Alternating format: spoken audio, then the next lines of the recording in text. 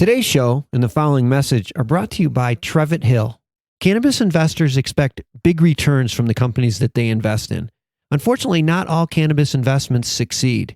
Trevitt Hill's management team works with investors to help turn around, or in some cases purchase, their underperforming portfolio companies.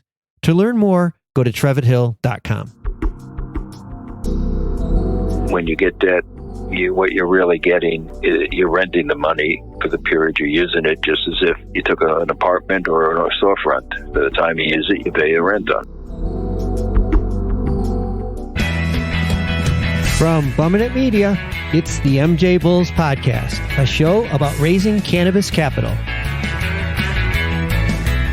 I'm Dan Humiston, and on today's show, how more and more cannabis companies are borrowing money instead of selling equity to fund their growth.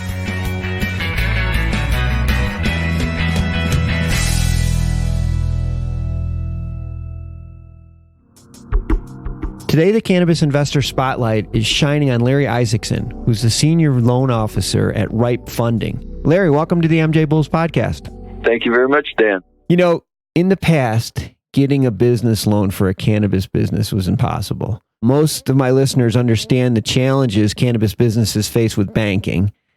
I mean, just getting a bank account is difficult, but forget about getting a loan from a bank. And even if they change the banking laws, it's still going to be highly unlikely that cannabis startups will be able to get loans from banks, because banks just don't give out startup loans, unless they're backed by the SBA, Small Business Administration, which is a federal government program. So, and cannabis, is still federally illegal. It's just not going to happen. So recently we've seen a lot of non-bank companies entering the cannabis space and providing loans for cannabis companies.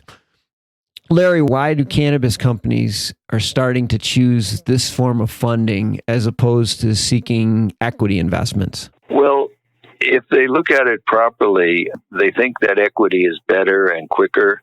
However, in the long run, when you borrow money, it's actually cheaper, because all you're doing is paying for the money for the time that you have it.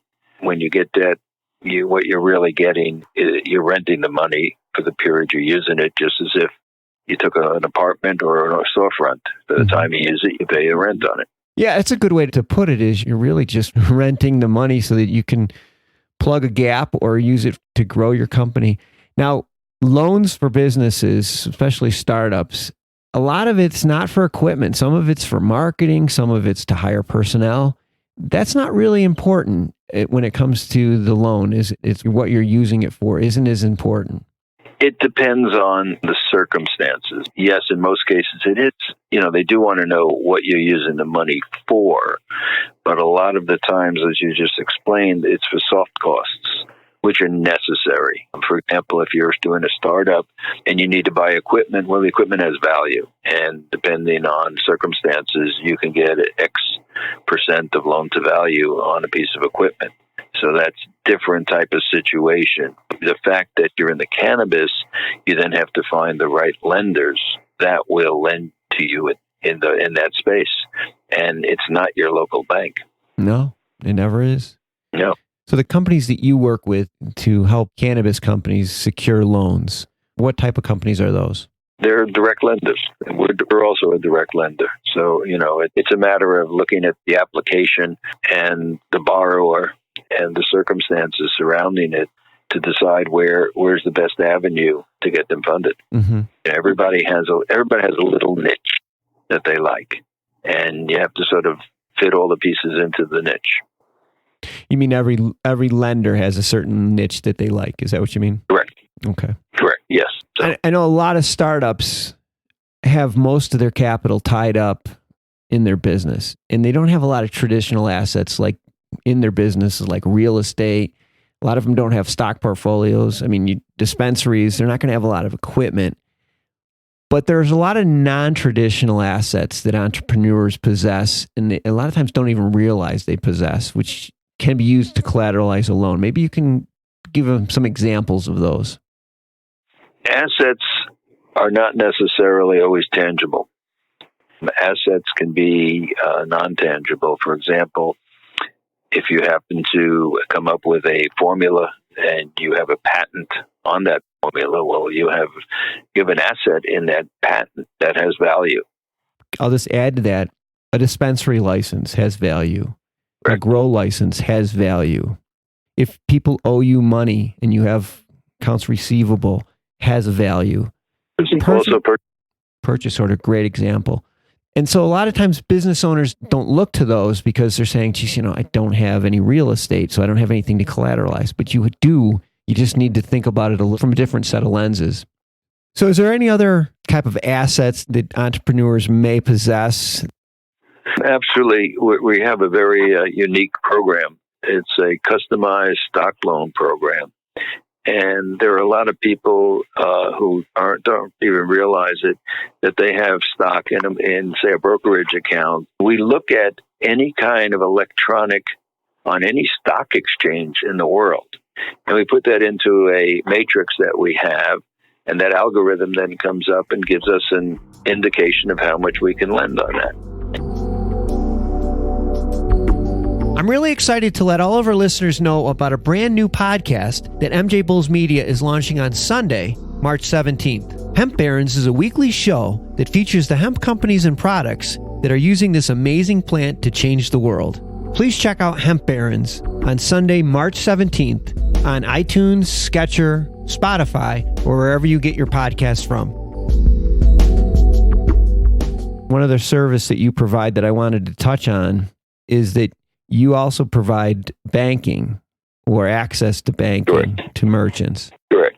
Maybe you can give us an overview as to how this works, because that's another thing that's in real big demand, especially for the cash businesses. Correct. Yeah. Well, what we do is we work actually with an insurance company. And what we do is we have, if someone's interested, they go to one of our offices, one of our two main offices, one in Las Vegas and the other one in Orange County. And they go for an interview. And when the interview and once they're accepted, they make a deposit into their account. That money is frozen for 2 weeks. And then after 2 weeks, it's released. And then they can go to a banking institution that we work with all around the country. And then they can make their deposits and they can deposit cash. That's probably one of the biggest drawbacks right now is a lot of people in this business have large quantities of cash. Number one, it doesn't show up on your bank statement. So if we're analyzing what your business does, we're not seeing the full picture. Okay. Again, that's a great service and a service that's in high demand for people. If people are interested in learning more, what should they do?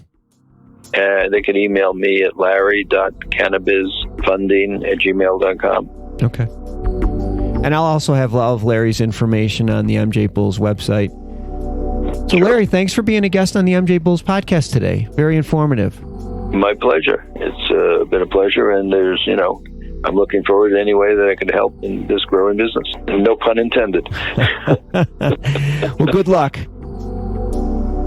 Just a quick reminder that you can become an MJBulls member for just $4.99 per month and enjoy exclusive access to companies' pitch decks and the MJBulls Cannabis Capital Directory. Join today at MJBulls.com. Thanks for listening to the MJBulls podcast. To learn more about today's guest or to become a guest, visit our website at MJBulls.com. Today's show was produced by Bumminett Media with original music composed by Jamie Humiston. I'm Dan Humiston, and you've been listening to the MJBulls podcast.